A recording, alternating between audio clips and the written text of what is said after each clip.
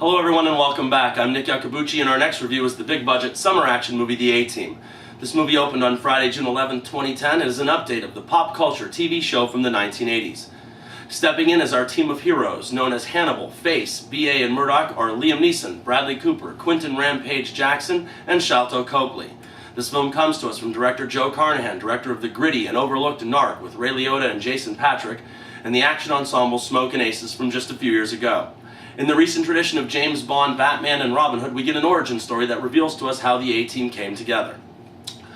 Going into this film, I was wondering straight off what kind of update I was going to see. TV show reboots and updates usually occupy the summer movie box office, and some are very welcome to the big screen, as in The Fugitive with Harrison Ford, and there's also SWAT with Colin Farrell. Some are less than stellar, as in The Dukes of Hazzard over here behind me, and does anyone even remember The Mod Squad? Now, I must also confess that when I was younger, I was a huge fan of the show and actually have been looking forward to a big screen version of this project for many, many years. I can't help it, I'm just a biased opinion. With very high hopes and expectations going into the theater, I was anything but disappointed when I left. Now, as I stated earlier, this is an origin story that basically follows the spoken intro to the TV theme song that you heard every week. We see the uniting of our elite soldiers in a really cool opening sequence that pretty much shows us their personas and sets the fast and fun tone of the film. After becoming a standard of success in the Iraqi war, our A-Team is offered one more mission before the complete evacuation of the country is to occur. They are asked by General Morrison to go in and retrieve U.S. currency plates being used by the Iraqi government to produce counterfeit United States $100 bills. This mission is all being done off the books and without paperwork. The A-Team once again successfully achieves their goal, returning to base with the plates and the counterfeit money. Then immediately following their return, General Morrison's car explodes, as does all of the cash, in an ambush that sees the printing plates stolen once again.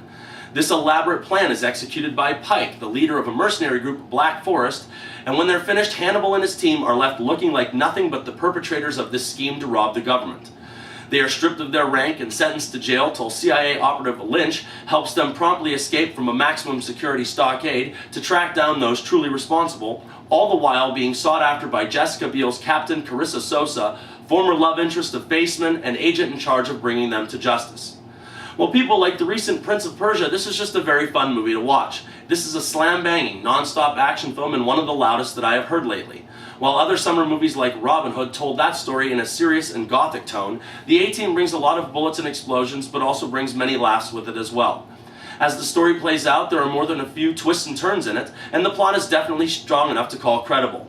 Also, because our team is always about a plan and timing, there is a really cool technique that is used throughout this feature. When going over the description of their plan, you actually see it happening. It kind of bounces back and forth, and it was extremely effective each time that it was utilized. I'll tell you what the strongest part of this film is. It was cast perfectly. Each one of the four main characters slipped into their role without so much as a dent in the fender.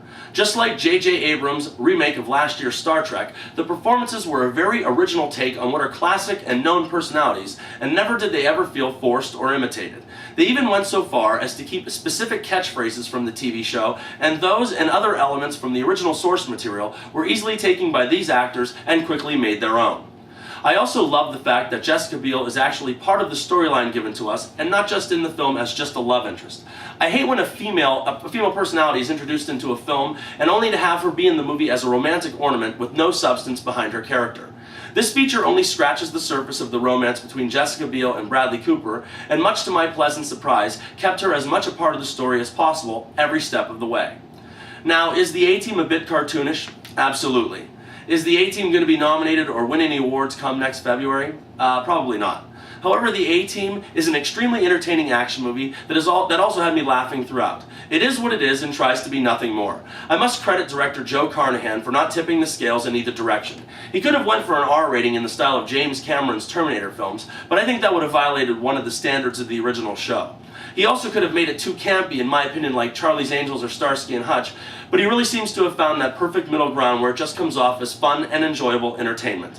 At just shy of 2 hours, this was everything that I wanted or expected from a big screen reinvention, and I'll give a solid B to the A-Team. 3 stars out of 4, and remember people, I'm not always right, only when it comes to the movies. And thank you for your attention.